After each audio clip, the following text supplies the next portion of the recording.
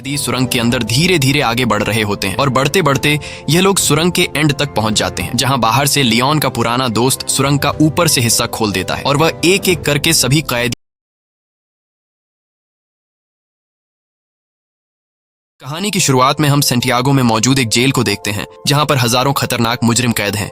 ये सेंटियागो का सबसे सिक्योर तरीन जेल है, क्योंकि आज तक इस जेल से कोई भी कैदी फरार नहीं हो सका। और इसका रीजन है इस जेल का वार्डन बहुत ही स्ट्रिक्ट और बेरहम इंसान है, जो जरा सी गलती करने पर कैदियों को बुरी तरह से पीटता है। और यही वजह है कि इस जेल के कैदी यहाँ से भागना तो दूर, बल्कि एक छोटी सी गलती करने से पहले भी 100 बार सोचते हैं। लेकिन अब वार्डन का यह खौफ ज्यादा दिनों तक चलने वाला नहीं था, क्योंकि अब इस जेल में एंट्री हो चुकी थी एक बहुत ही शातिर इंसान की, जिसका नाम लियोन है। लियोन एक आर्किटेक्ट है, जो किसी भी बिल्डिंग को देखकर उसे पता चल जाता है कि यह बिल्डिंग कितने साल पुरानी है और इस बिल्डिंग को किस तरह से डिजाइन किया गया है। लियोन जेल में एंटर होते ही उसके दिमाग में यहाँ से भागने की प्लानिंग शुरू हो जाती है। यहाँ हमें पता चलता है कि लियोन अकेला नहीं है, बल्कि उसके साथ 4 साथी भी हैं, जो यहाँ से भागना चाहते हैं। कुछ देर बाद जेल का एक ऑफिसर सभी कैदियों को लाइन से खड़ा करके जेल के रूल्स बताता है और कहता है कि अगर किसी ने भी रूल तोड़ने की कोशिश की तो उसे मार दिया जाएगा। इसके बाद सभी कैदियों को उनके ब्लॉक्स की तरफ लाइन से ले जाया जाता है। यहाँ लियोन दौड़ते हुए सेल नंबर 50 को पकड़ने की कोशिश करता है, क्योंकि उसने पता लगा लिया होता है कि यहाँ से भागने के लिए सेल नंबर 50 सबसे परफेक्ट जगह है। लेकिन जब वो सेल नंबर 50 का दरवाजा खोलता है तो सेल नंबर 50 पर पहले एक आदमी ने कब्जा कर लिया होता है। यह देखकर लियोन काफी उदास हो जाता है और न चाहते हुए वो सेल नंबर 50 के बगल वाले सेल में चला जाता है। वहीं हम देखते हैं कि लियोन के बाकी 4 साथियों ने उन्हीं सेल्स में डेरा जमा दिया है, जो उन्हें प्लान के मुताबिक कब्जा करना था। कुछ देर बाद लियोन के साथी लियोन के सेल में आ जाते हैं। यहाँ राफेल लियोन से कहता है कि तुम्हें सेल नंबर 50 में जाना था, पर यह तो सेल नंबर 51 है। तब लियोन कहता है कि तुम्हारे लिए आसान था, क्योंकि तुम्हारा सेल नीचे ग्राउंड फ्लोर पर था, इसलिए तुम लोगों ने आसानी से अपने सेल पर कब्जा कर लिया। लेकिन मेरा सेल फर्स्ट फ्लोर पर है, जिस वजह से मैं अपने सेल पर कब्जा नहीं कर पाया। यहाँ इनका साथी जर्मन कहता है तो अब हम लोग क्या करेंगे? तब राफेल कहता है कि करना क्या है, कल से हम यहाँ से भागने की प्लानिंग स्टार्ट करेंगे। कुछ देर बाद हम देखते हैं कि यहाँ पर एक कैदी गिटार लेकर आता है और ये गिटार वाला आदमी भी लियोन का साथी है। इस जेल में कैदियों को जो काम आता था उन्हें वो काम करने की इजाजत थी, ताकि कैदियों का टाइम पास होता रहे, जैसे गिटार बजाना, खाना पकाना और फर्नीचर का सामान बनाना। अगले दिन हम देखते हैं कि लियोन यहाँ से भागने की प्लानिंग पर लग जाता है। वो जेल के हर एक जगह को काफी गौर से देख रहा होता है, लेकिन जब उसकी नजर चारों तरफ गार्ड्स पर पड़ती है तब उसे इस बात का अंदाजा हो जाता है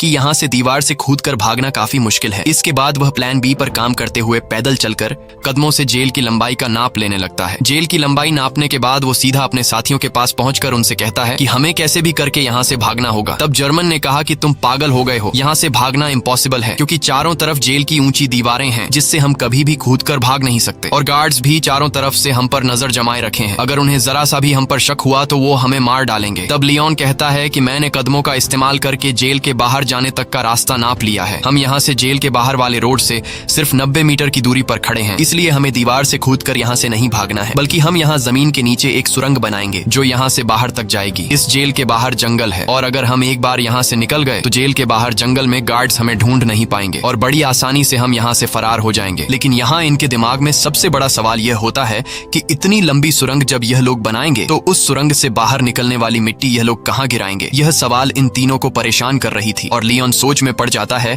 कि सुरंग से निकलने वाले मिट्टी को आखिर कहाँ फेंका जाए। अब जब यह तीनों सुरंग से निकलने वाली मिट्टी को छुपाने के बारे में प्लान बना रहे होते हैं, तभी एक कैदी की नजर इन पर पड़ती है, जिसका नाम बिगोट है। बिगोट एक धोखेबाज इंसान है जो इस जेल के वार्डन के साथ मिला हुआ है, और जब भी वो किसी कैदी को जेल से भागने या फिर कोई रूल तोड़ते हुए देखता है, तब बिगोट चुपके से सीधा जाकर गार्ड्स को शिकायत लगा देता है। और अब वो पिछले काफी टाइम से लियोन और उसके 2 साथियों पर नजर रख रहा होता है। इन तीनों को काफी टाइम से एक साथ बात करते हुए देखकर बिगोट को इन पर शक हो जाता है, इसलिए वो सीधा आकर राफेल से मिलता है, राफेल और कहता है कि मैंने पिछले कई दिनों से तुम तीनों पर नजर रखी है और मुझे पता है कि तुम तीनों यहाँ से भागने का प्लान बना रहे हो, इसलिए मैं भी तुम्हारे साथ यहाँ से भागने के प्लान में शामिल होना चाहता हूँ। यहाँ बिगोट के चेहरे को देखकर राफेल को कुछ गड़बड़ नजर आता है, इसलिए राफेल बिगोट से कहता है कि ऐसी कोई बात नहीं, हम तीनों तो बस बातचीत कर रहे थे और हमारा यहाँ से भागने का कोई भी प्लान नहीं है। अगले दिन लियोन, जर्मन और राफेल तीनों नीचे वाली सेल में आए। राफेल एक तरफ के दीवार को देखकर कहा कि हम इसी दीवार को खोदकर सुरंग बनाएंगे, लेकिन मसला यह था कि अगर खुदाई का काम शुरू कर दिया गया तो सुरंग को खुला नहीं छोड़ सकते, क्योंकि हर शाम गार्ड्स हर एक सेल की चेकिंग करने आते हैं, और अगर गार्ड्स ने सुरंग देख लिया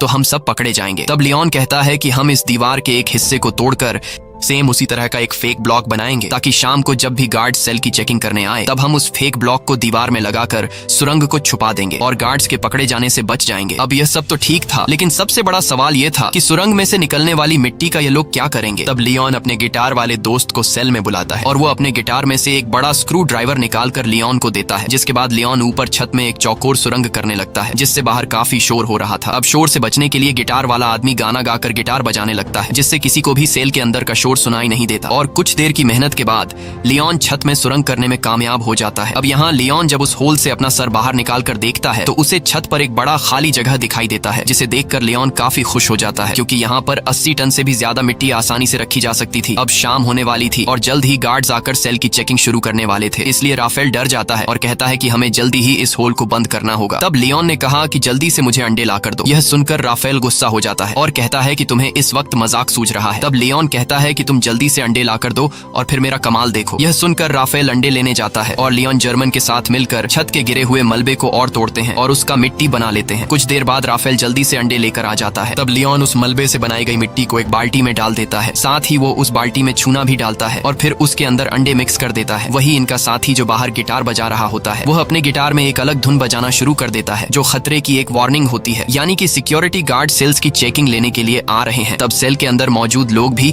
उस खतरे की घंटी को सुन लेते हैं और समझ जाते हैं कि गार्ड्स आ रहे हैं, इसलिए यह सभी लोग और भी जल्दी से काम करने लगते हैं और यह लोग उस मलबे को आटे की तरह गूंद कर उसका एक ब्लॉक बनाते हैं, जिसके बाद यह लोग उस ब्लॉक को ऊपर होल में फिट कर देते हैं और नीचे से उस जगह पर एक पोस्टर लगा देते हैं। कुछ देर बाद गार्ड्स उनके सेल के अंदर आ जाते हैं और वो गार्ड्स लियोन और उसके दोस्तों को उनकी सेल से बाहर निकालते हैं। गार्ड्स उनके सेल की अच्छी तरह से चेकिंग लेते हैं लेकिन अंदर उन्हें कुछ भी नहीं मिलता। तब एक गार्ड को ऊपर छत पर लगा वही पोस्टर दिखाई देता है, लेकिन जैसे ही गार्ड उस पोस्टर को उतारने वाला होता है तभी उसे बाहर से उसका ऑफिसर उसे बुला लेता है, जिसे सुनकर वह गार्ड उस पोस्टर को बिना निकाले ही चला जाता है और इस तरह से इन सब की जान बच जाती है। अब यहाँ इन लोगों को इस जेल में 34 दिन हो चुके थे और उन्हें जल्द ही इस जेल से निकलना था, इसलिए लियोन और जर्मन ऊपर छत पर चढ़कर लकड़ी का खोखला बॉक्स बनाते हैं और उस लकड़ी के बॉक्स में ये लोग सफेद सीमेंट भरकर छत पर रख देते हैं। कुछ दिन बाद उनका ब्लॉक तैयार हो जाता है। अब भारी थी सुरंग बनाने की, जिसके बाद ये लोग खुदाई के काम पर शुरू हो जाते हैं। ये लोग दीवार का सबसे नीचे का हिस्सा पहले से बने हुए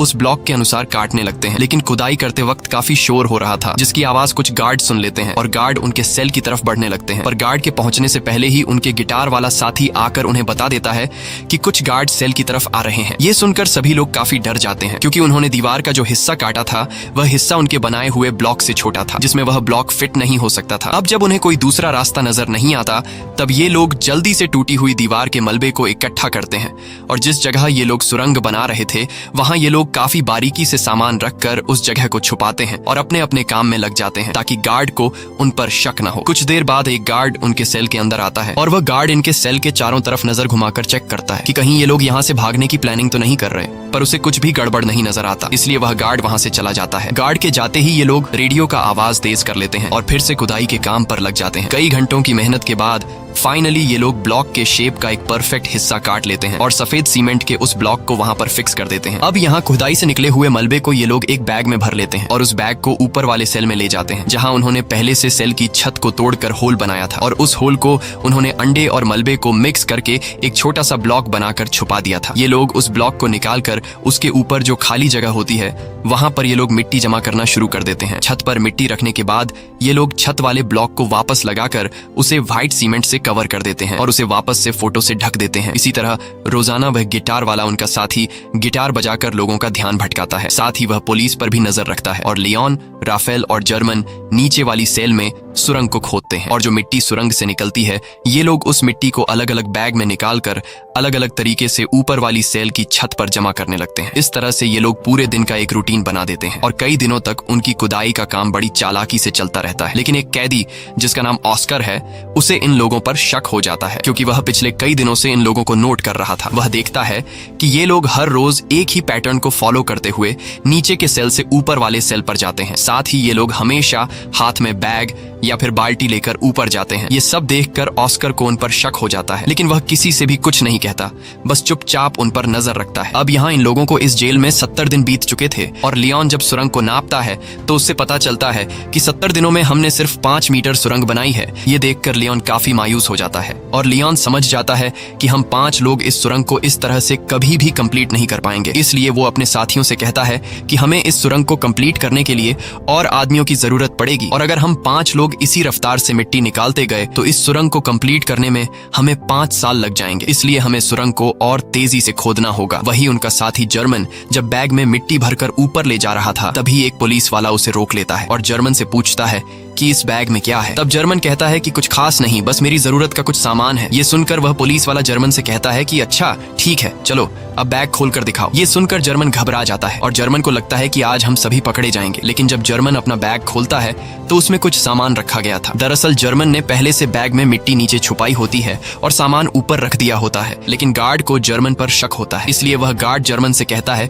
कि मेरे पीछे चेकिंग रूम में आओ। तब जर्मन बड़ी चालाकी से नीचे बैठा अपने साथी लियोन के साथ उसी तरह का सेम एक दूसरा बैग बदलकर गार्ड के पीछे चेकिंग रूम में चला जाता है। चेकिंग रूम में जब वह गार्ड जर्मन के बैग को अच्छी तरह से चेक करता है तो उसके अंदर सामान के अलावा कुछ भी नहीं मिलता, जिसके बाद वह गार्ड जर्मन को जाने देता है। अब इन सभी कैदियों को जेल में 86 दिन बीत चुके थे और अब ये लोग और ज्यादा दिन यहाँ नहीं रहना चाहते थे। इसलिए लियोन और उसके साथी जल्दी से सुरंग के काम को बढ़ाने के लिए ऊपर वाले फ्लोर के कुछ कैदियों को अपने साथ मिला लेते हैं। यहाँ लियोन उन नए कैदियों को दीवार से ब्लॉक हटाकर सुरंग भी बताता है। ये देखकर वो कैदी फौरन इनके साथ मिलकर काम करने को मान जाते हैं, क्योंकि वो सोचते हैं कि अगर 5 लोग मिलकर 7 मीटर लंबा सुरंग खोद सकते हैं तो हम सब एक साथ मिलकर जल्द ही इस सुरंग को पूरा कर लेंगे। और साथ ही इन नए आने वाले कैदियों में कुछ कैदी ऐसे भी थे जिन्हें फांसी होने वाली थी, इसलिए वो लोग तो पहले से यहाँ से भागने का चांस ढूंढ रहे थे। अब लियोन जब समझ जाता है कि सभी कैदी सुरंग के लिए तैयार हो चुके हैं, तब लियोन उन्हें अपना प्लानिंग बताते हुए कहता है कि हम डेली 1 घंटे की शिफ्ट में काम करेंगे। 2 लोग खुदाई का काम करेंगे,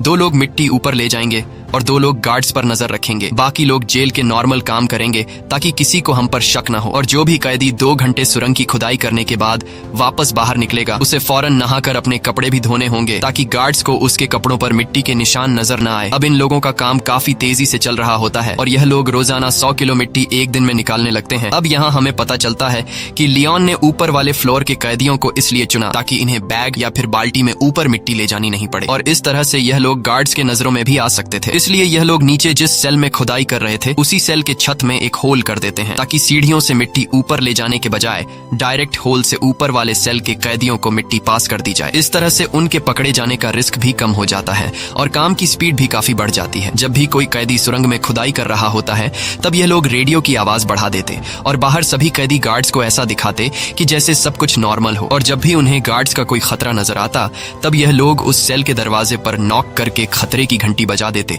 जिससे अंदर खुदाई के काम पर लगे कैदी सेल में सारा सामान पहले की तरह करके अपने अपने काम पर लग जाते। इस तरह से यहाँ से भागने के प्लानिंग में शामिल हर एक कैदी रूटीन के मुताबिक अपना अपना काम करते हैं और हर शाम को यह लोग इकट्ठा होकर आगे की प्लानिंग बनाने लगते हैं ताकि गार्ड्स को किसी पर भी शक न हो और सब कुछ परफेक्ट तरीके से चलता रहे। लेकिन शाम को जब यह लोग फुटबॉल खेल रहे होते हैं तब एक कैदी जिसका नाम ऑस्कर है वो राफेल के पास आता है और राफेल को बताता है कि मुझे पता है कि तुम लोग सुरंग खोदने की कोशिश कर रहे हो, इसलिए मैं भी तुम्हारी टीम में शामिल होकर तुम्हारा साथ देना चाहता हूँ। तब राफेल ऑस्कर को लियोन के पास ले जाता है और लियोन ऑस्कर को भी अपनी टीम में शामिल कर देता है। यहाँ लियोन अपने 2 साथी जर्मन और राफेल से कहता है कि जिस हिसाब से काम चल रहा है मुझे पूरा यकीन है कि हम जल्द ही इस सुरंग को कंप्लीट कर देंगे और जल्द ही यहाँ से बाहर निकल जाएंगे। लेकिन बाहर निकलने के बाद भी हम लोग पकड़े जा सकते हैं क्योंकि हम 4-5 नहीं बल्कि पूरे 40 लोग हैं, और अगर बाहर निकलने के बाद भागते हुए हमें पुलिस ने देख लिया तो पुलिस हमारे पीछे गाड़ी लगाकर हमें पकड़ लेगी। इसलिए हमें यहाँ से बाहर निकालने के लिए बाहर के एक बंदे की जरूरत होगी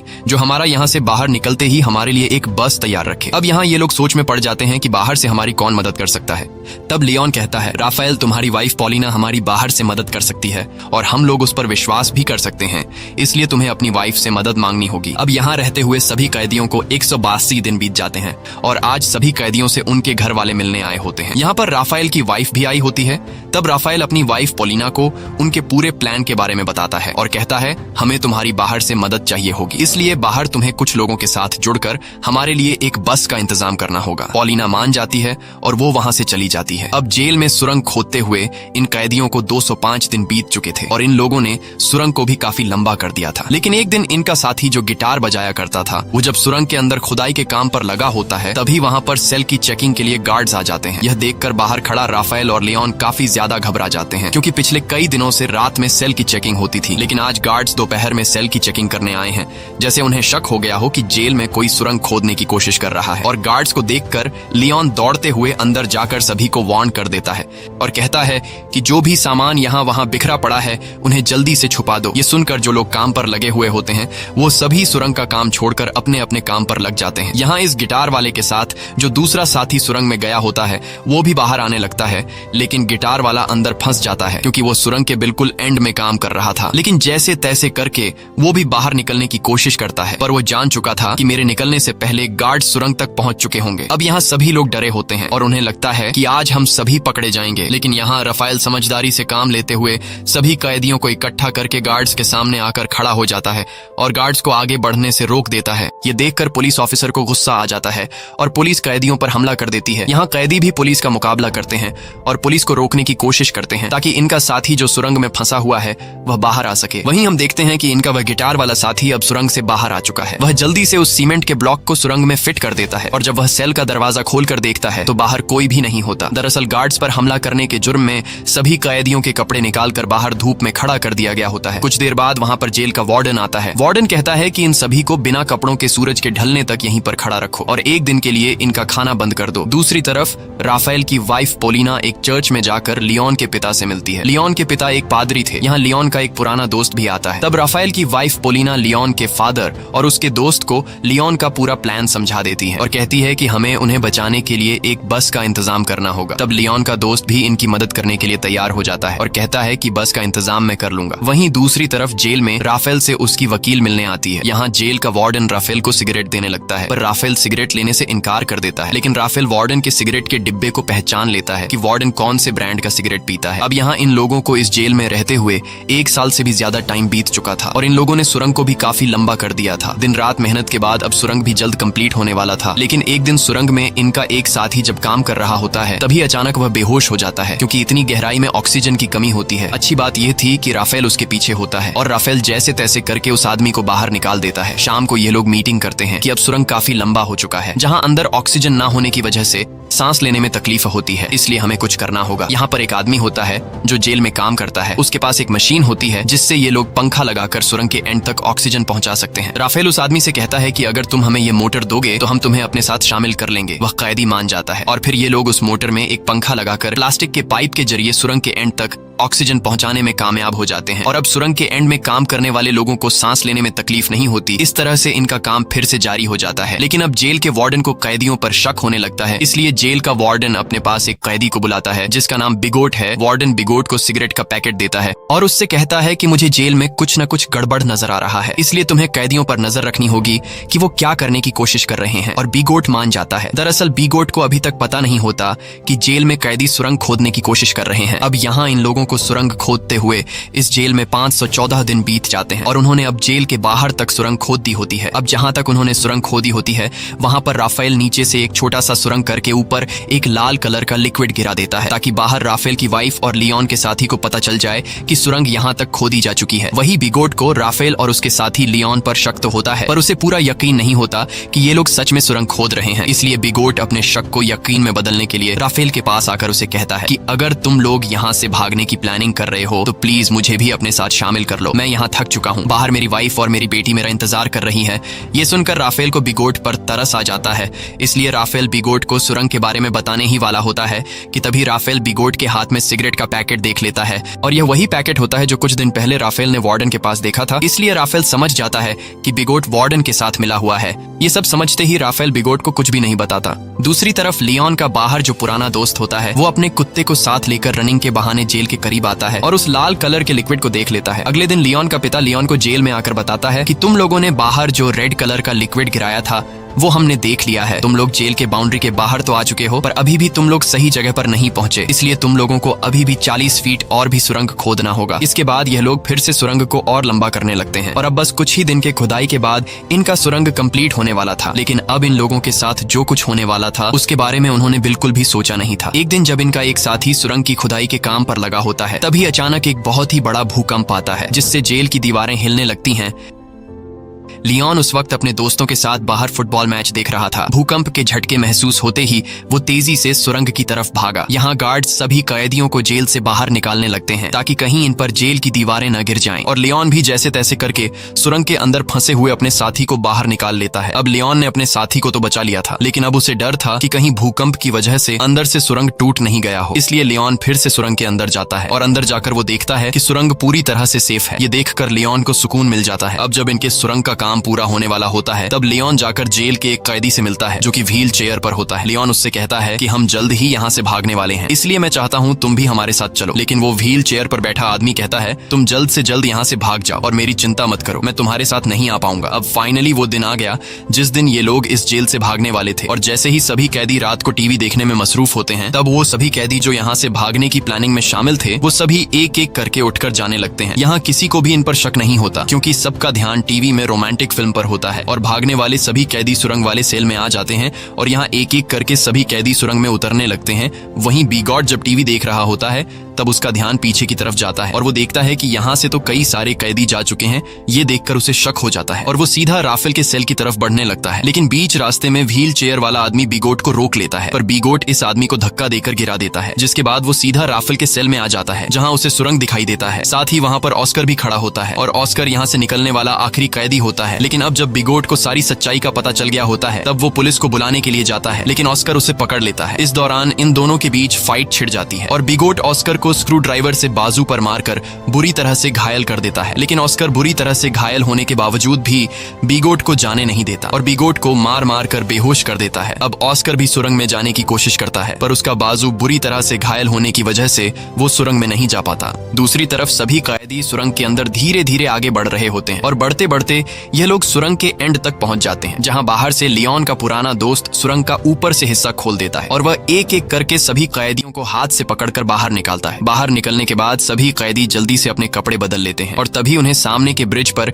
एक बस आते हुए दिखाई देती है, जिसे देखकर ये सभी लोग उस बस की तरफ दौड़ने लगते हैं और सभी बस में बैठ जाते हैं। लेकिन ऑस्कर अभी तक नहीं आया होता, इसलिए सभी कैदी उसका इंतजार कर रहे होते हैं। यहाँ जर्मन कहता है कि मुझे लग रहा है कि कहीं ऑस्कर किसी मुसीबत में है, इसलिए मैं ऑस्कर की मदद के लिए जा रहा हूँ। जिसके बाद वह ऑस्कर को लेने जाता है। दूसरी तरफ जेल में मूवी खत्म हो गई थी और सभी कैदी अपने अपने सेल में जाने लगते हैं। तब यहाँ वह व्हील चेयर वाला कैदी सभी को आकर बता देता है कि राफेल के सेल में एक सुरंग है जहां से तुम लोग भाग सकते हो। ये सुनकर सभी कैदी उस तरफ भागने लगते हैं, जिसे देखकर गार्ड्स को भी इन पर शक हो जाता है और वह गार्ड्स वहां पर और भी गार्ड्स को बुला लेते हैं। कुछ देर बाद पूरे जेल में सायरन बजने लगता है, जिसकी आवाज बाहर बस में बैठे कैदी सुन लेते हैं और सभी कैदी समझ जाते हैं कि अब हमारा यहाँ पर ज्यादा देर रुकना ठीक नहीं, इसलिए अब हमें यहाँ से निकलना होगा। और तभी वहां पर जर्मन भी आ जाता है। वह सभी को बताता है कि मैं सुरंग के पास गया, लेकिन वहां पर मुझे ऑस्कर नहीं मिला। जिसके बाद बस वहां से जाने लगती है। वहीं हम जेल में ऑस्कर को देखते हैं, जो घायल होने की वजह से जेल से भाग नहीं पाया। अब यहाँ कैदियों के भागने की खबर जेल के वार्डन को दी जाती है। कैदियों के भागने की खबर सुनकर वह काफी गुस्सा हो जाता है।